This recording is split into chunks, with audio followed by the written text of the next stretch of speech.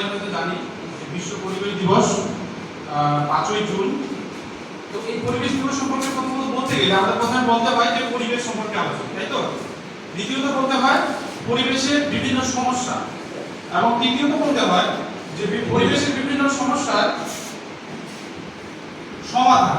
তো বিষয় হচ্ছে সমাধান কি আমরা একাই করব, না একটা আমরা কি সমাধান আমরা নিজেরাই করব, না সমাধান অন্যদের অন্যদের সাথেও করব? এই প্রশ্নে আমি একটি ছোট গল্প বলতে চাই। আমরা সবাই ছোটবেলা হয়তো শুনেছি রাজার গল্প, তাই না? তো এই ছিল সেই রাজা যার নাকি অনেক দিন ধরেই চোখের সমস্যা। তো রাজা অনেক জায়গায় চিকিৎসা করার পর তার চোখ কিন্তু কিছুতেই ঠিক হয় না। তো হঠাৎ সে শুনতে পায় তারই রাজ্যে এক সন্ন্যাসী থাকে, সে নাকি ফু দিয়ে সব কিছু ঠিক করে দিতে পারে। তো রাজা সেখানে যায় এবং সমস্ত সমস্যার কথা রাজা খুলে বলার পরে সন্ন্যাসী তাকে বলে যে আপনার এই সমস্যার একটাই সমাধান আছে। কি বলে? আপনি যা দেখবেন সেটা যেন লাল হয়। রাজা সেখান থেকে ফিরে আসে এবং তার সমস্ত ভৃত্যকে ডেকে পাঠায়, বলে আমার যে রাজপ্রাসাদ আছে সমস্তটাকে লাল করে দাও। ঠিক আছে, করে দেওয়া হয়। এবার রাজা কিছুদিন পর সেই রাজসভায় ঘোরাফেরা করে এবং চারদিকে দেখতে পায় যে লালে লাল। রাজা তো মহা খুশি, কারণ তার চোখ ভালো হওয়া ঠিক করেছে। এবার রাজা সেই সন্ন্যাসীকে ডেকে পাঠায় পুরস্কৃত করার জন্য। এবার সন্ন্যাসী সেই রাজদরবার প্রবেশ করার আগে তাকে লাল রঙের আক্রমণ করা হয়। এবার সন্ন্যাসী তো অবাক। সন্ন্যাসী রাজাকে এসে বলে যে আপনি আমাকে লাল রঙের আক্রমণ কেন করতে বললেন?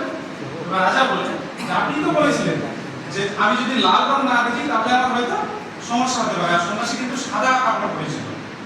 এবার সন্ন্যাসী অনেকটা অবাক হয়ে রাজাকে বলেন যে আপনি রাজা মশাই এটা আপনি কি করেছেন? রাজা বলে কেন? আপনি যদি এত কিছু না করে যদি লাল রঙের একটা চশমা পরতেন তাহলে তো সমস্ত সমস্যার সমাধান হয়ে যেত। মোরাল অফ দ্য স্টোরি হচ্ছে আমাদের কাছে যখন কোনো সমস্যা আসে আমরা কি করি? বাইরের সমস্ত পৃথিবীটাকেই চেঞ্জ করে দিতে চাই, কিন্তু বেশিরভাগ সমস্যার সমাধান যে আমাদের মধ্যেই থাকে, কিন্তু আমরা সেটাকে খুঁজে বের করতে পারি না।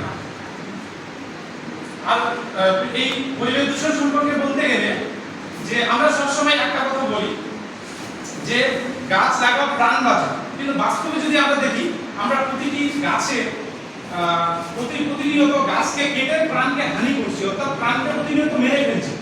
আর কোথায় আছে না যে দৃষ্টিভঙ্গি বদলান পৃথিবী বদলে যাবে। আমরা যদি আজকে আমাদের দৃষ্টিভঙ্গি বদলায় হয়তো পরিবার বদলাবে, পরিবারের সাথে সাথে সমাজ বদলাবে, সমাজের সাথে সাথে একদিন হয়তো দেশ বদলে যাবে। আরেকটা কথা আছে যে রক্ষক যদি ভক্ষক হয় তাহলে সমাজ টিকবে কিভাবে? তাই আমরা সবাই চেষ্টা করব যে আমাদের রক্ষকের জায়গাটা ভালোভাবে করার এবং ভবিষ্যৎ প্রজন্ম একটি ভালো পরিবেশ উপহার দেওয়ার। ধন্যবাদ।